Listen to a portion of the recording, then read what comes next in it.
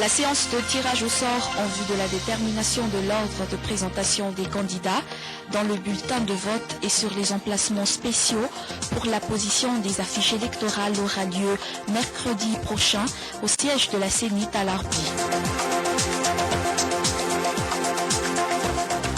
Il n'y aura pas de directoire militaire selon la déclaration des représentants des forces de l'ordre. Voici le journal en version française.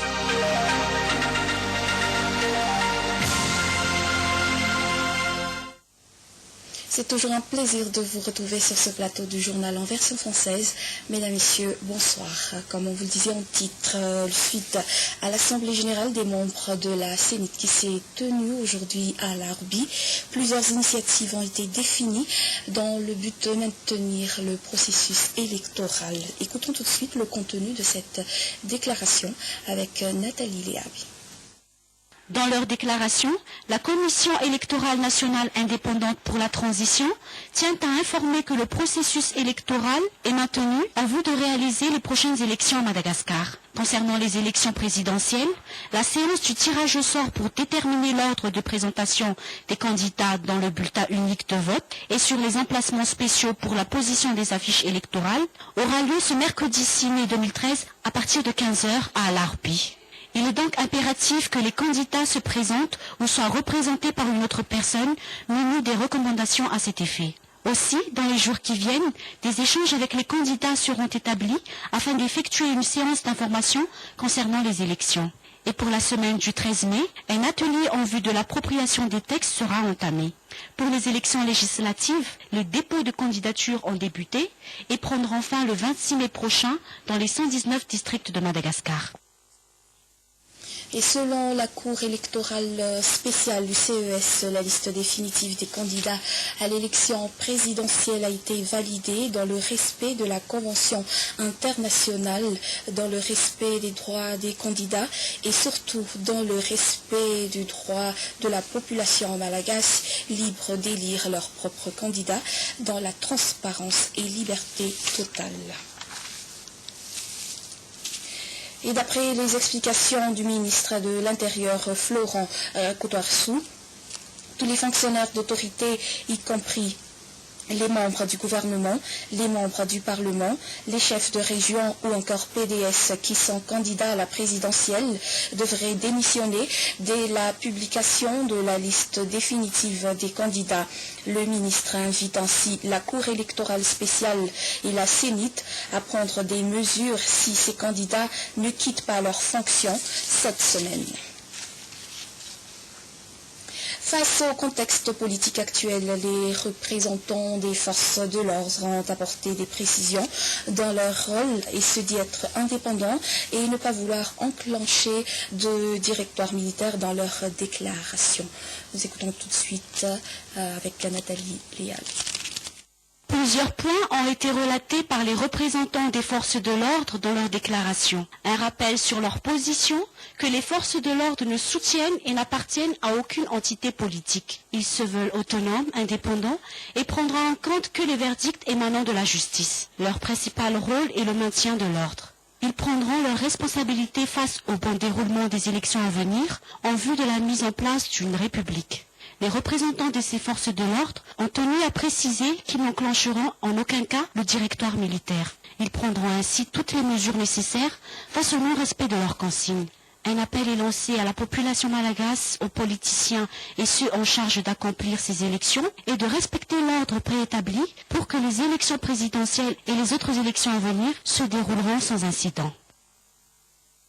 Politique toujours, le parti Zanakdad, ancien parti Team, prendra part aux différentes élections à Madagascar. C'est ce qui a été décidé lors de la visite de cette mouvance à Tuamasne. Tantel Timarouf et Fanny Riadjen Menzanar étaient sur place. La mouvance Ravalmanen précise que l'ancien président Marc Ravalmanen est le seul et unique président fondateur du parti Team. Il désapprouve ainsi l'existence d'autres entités qui portent le nom de ce parti ailleurs. Face à de telles situations, le parti portera plainte contre ceux qui utilisent le nom du parti outre le bureau national. À part cela, le parti Team participera aux différentes sortes d'élections qui auront lieu à Madagascar cette année 2013. L'objectif pour eux, c'est de réaliser des élections de façon démocratique afin de revenir à l'ordre constitutionnel. Durant cette visite à Tourmas, une grande marche de solidarité a eu lieu avant la cérémonie officielle. Après cela, les membres du bureau central se sont entretenus avec les branches au niveau des régions. Et pour continuer ce journal, nous écoutons tout de suite les propos du ministre des Relations avec les institutions au micro de Nathalie Diaby. C'est une réunion qui a été prévue longtemps, ça a été donc il y avait une réunion interinstitutionnelle pour la sortie de crise. Chaque institution donc a déjà, si vous voulez, dit à peu près ce qu'il a fait et ce qu'il compte faire également. Donc la prochaine fois, donc, ça va encore être élargi et chaque institution donc, doit prendre ses responsabilités d'abord en vue donc, de résoudre la crise dans le cadre donc malgache au malgache d'abord et ensuite en concertation avec tous les intervenants, donc tous les parties prenantes. Dans un tout autre domaine, cap sur Fort-Dauphin à présent, le Premier ministre Omer Birzik s'est rendu à Fort-Dauphin, région Anos, pour constater de visu les activités sociaux de la société QMM. Il a également organisé un atelier sur l'affaire Bois de Rose dans cette localité. Un reportage commenté par Oula Rafarassou. Les affaires de Bois de Rose étaient au centre du débat lors de la visite du Premier ministre Jean-Omer Birzik à Fort-Dauphin, assisté par quelques ministres membres du gouvernement. La réunion s'est tenue dans le bureau régional des eaux et forêts à Tolanar, tout de suite après la délégation avec le chef de région local ont visité l'ISTA, puis le centre artisanal en partenariat avec la société Rio Tinto QMM, ensuite les champs de culture et de préparation de jeunes plants d'arbres de cette société. Ces projets sociaux du QMM sont importants pour la population, a souligné le Premier ministre, et contribuent également à la protection de l'environnement dans la ville de Fort-Dauphin. L'après-midi a été consacré à un atelier et un débat sur le thème de la sécurité.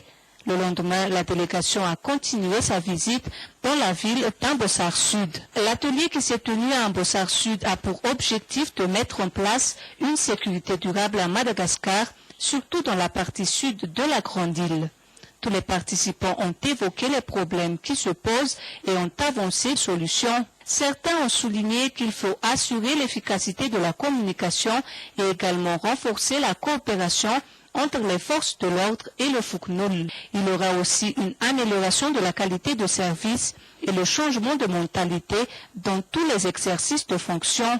Le Premier ministre a rajouté que la sécurisation de la société repose sur le respect de la loi. Enfin, d'autres intervenants ont encore suggéré la mise en place du DIN, mais à condition que celui-ci ne s'oppose pas à la loi organique. Revenons dans la capitale. Après des travaux de réhabilitation, le centre de santé Engineering et le bureau de Fukuntan 6 à Ambatrouk ont été inaugurés samedi dernier. Le projet visait le développement socio-économique, a souligné le responsable. Vous la refassez toujours.